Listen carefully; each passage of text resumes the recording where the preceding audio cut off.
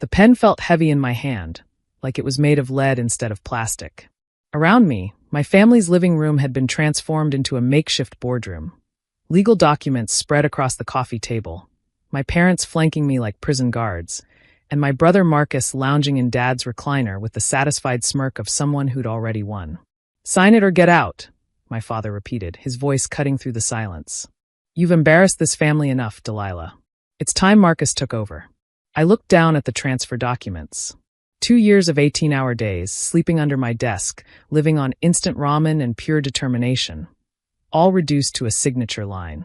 ByteField Technologies, my AI-driven agricultural software company, was about to become another trophy for my brother's collection of failed ventures. "But I built this company," I said quietly. "From nothing. In my dorm room." My mother's laugh was sharp. "With whose money? Whose connections?" "That $10,000 in seed money came from your father's business account. The networking came from our family name. You're just the face, darling. Marcus is the one with the MBA." The MBA he bought online. The same Marcus who'd crashed 3 businesses in 5 years, each time cushioned by family money and connections. But pointing that out would only lead to the same lecture about supporting family, about how women in business were complicated for the family image. "Mr. Harrison sent these over an hour ago," Marcus said, gesturing at the papers. "Just needs your signature, and the transfer is complete. Don't make this harder than it needs to be, Lila." Mr. Harrison, our family lawyer who'd drawn up the documents without even consulting me.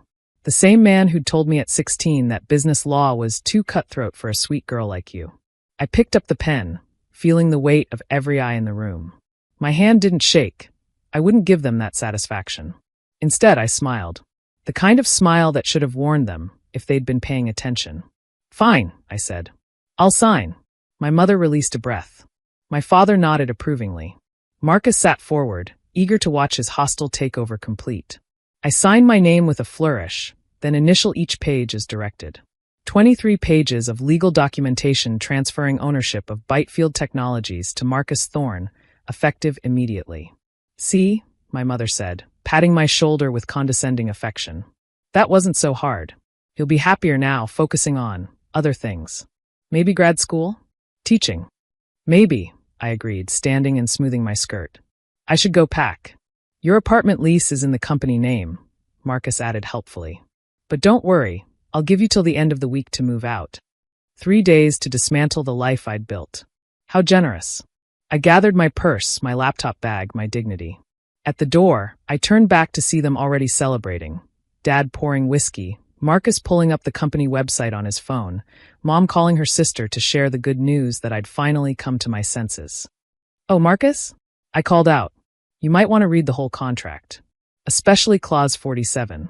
His face flickered with uncertainty. "What?" "Nothing important," I said. "Just a little housekeeping. Enjoy your new company." I left them to their celebration and drove straight to my apartment, former apartment. I had a lot to do and only 72 hours to do it. But first, I poured myself a glass of wine and made a call. "Jade? It's done. They signed it." "Yes, all of them." "No, they didn't read it." I smiled at my reflection in the dark window. Phase 2 starts now. 48 hours later, Marcus was living his CEO fantasy. He'd already updated his LinkedIn, posted photos of himself in his office, and scheduled meetings with our biggest clients. He'd even hired a new assistant, a blonde who laughed at all his jokes and couldn't spell algorithm. I watched it all from my hotel room, refreshing the company's Slack channels I still had access to. He hadn't thought to revoke my permissions yet. Amateur mistake. On day 3, precisely at 9 a.m., Clause 47 activated. My phone rang first. "Marcus, of course." "What the hell did you do?" he screamed. "Good morning to you too," I said, sipping my coffee. "Having some technical difficulties? The entire system is locked. Every single program, every file, everything. It says I need authorization from the chief technical officer," I finished. "That would be me. You're not CTO. I'm the owner now. Actually, if you'd read Clause 47, you'd see that while you own the company, I retain lifetime position as CTO with full technical override authority. It's right there in subsection C." Silence. I could practically hear him flipping through pages. That's illegal. That's contract law," I corrected. "You signed it." Dad witnessed it. Mom notarized it. Legally binding. I'll sue. With what lawyers? ByteField's legal team reports to me too, Clause 47, subsection F. Oh, and Marcus? Check your bank account. More silence. Then, it's frozen. Company accounts require dual authorization, CEO and CTO. Clause 47, subsection D. You can look at the money, but you can't touch it without my signature. This is blackmail. This is business, I said. Something you'd know if you'd earned that MBA instead of buying it from diplomamill.com. The hotel room door opened. Jade walked in with pastries and 2 more cups of coffee. My real lawyer. My friend since freshman year. The woman who'd spent 6 weeks crafting the perfect contract, hiding devastating provisions in mind-numbing legalese. Put me on speaker, she mouthed.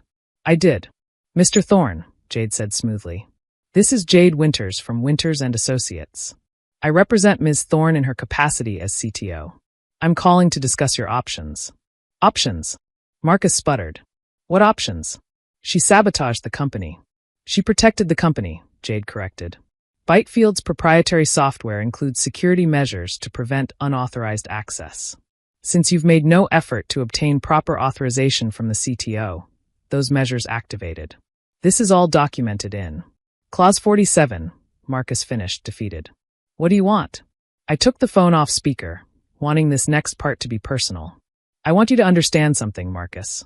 This company isn't just code and contracts. It's 2 years of my life. It's every night I spent debugging instead of sleeping, every weekend I missed because of client emergencies, every dollar I saved by eating cereal for dinner. I know you're upset. I'm not upset, I interrupted. I'm teaching you the lesson Dad never did. You want to run a tech company? Learn tech. You want to be CEO? Learn to read contracts. You want to take what others built? Learn to build something yourself. So what happens now? Now you have options. Option 1. You remain as figurehead CEO while I run everything as CTO. You get a salary, a title, and 0 actual power. Option 2. You sell the company back to me for exactly the amount Dad invested, $10,000. $10,000? The company's worth. Nothing, I finished. Without the software, without the team who'll quit when they hear what happened, without the clients who specifically work with us for our innovation, it's worth nothing. Your choice. This is insane. This is consequence, I said. Something you've never faced before. You have 24 hours to decide.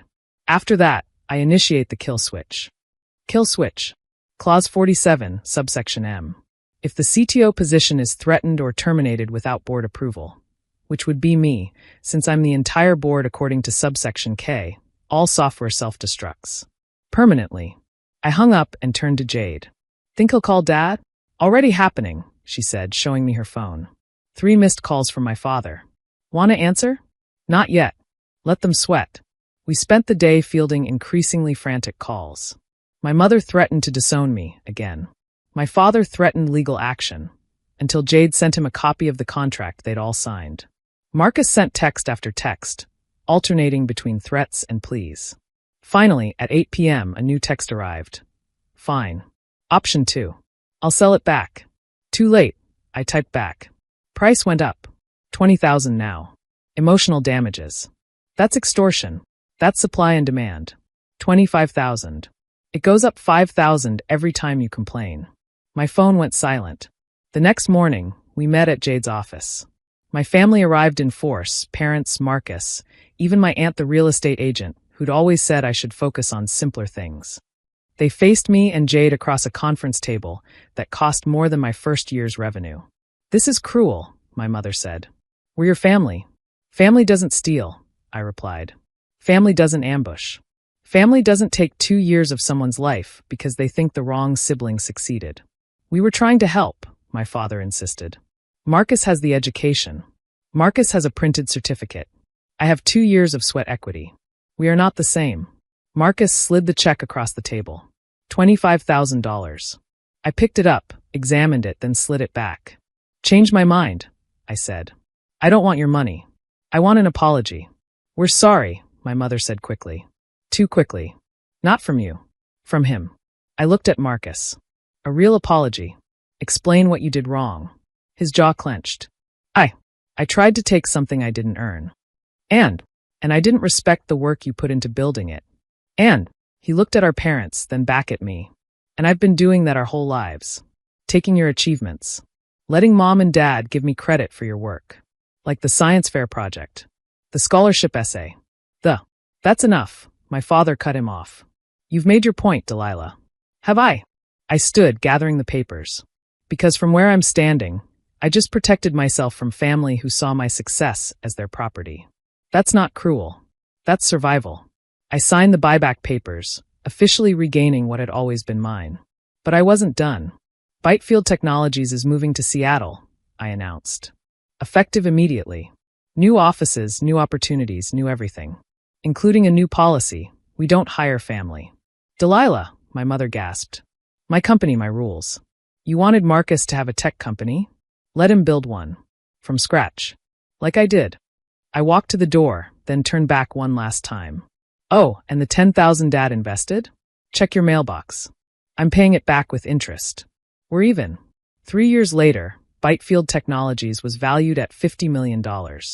We'd expanded internationally, hired brilliantly, and changed how small farms manage their resources. I'd been featured in TechCrunch, spoken at conferences, even met with venture capitalists who'd laughed at me in college. Marcus started 4 more companies. All failed, but the last one, a genuinely innovative food delivery service, showed promise. He called me when he got his first real investor. I read every line of the contract, he said.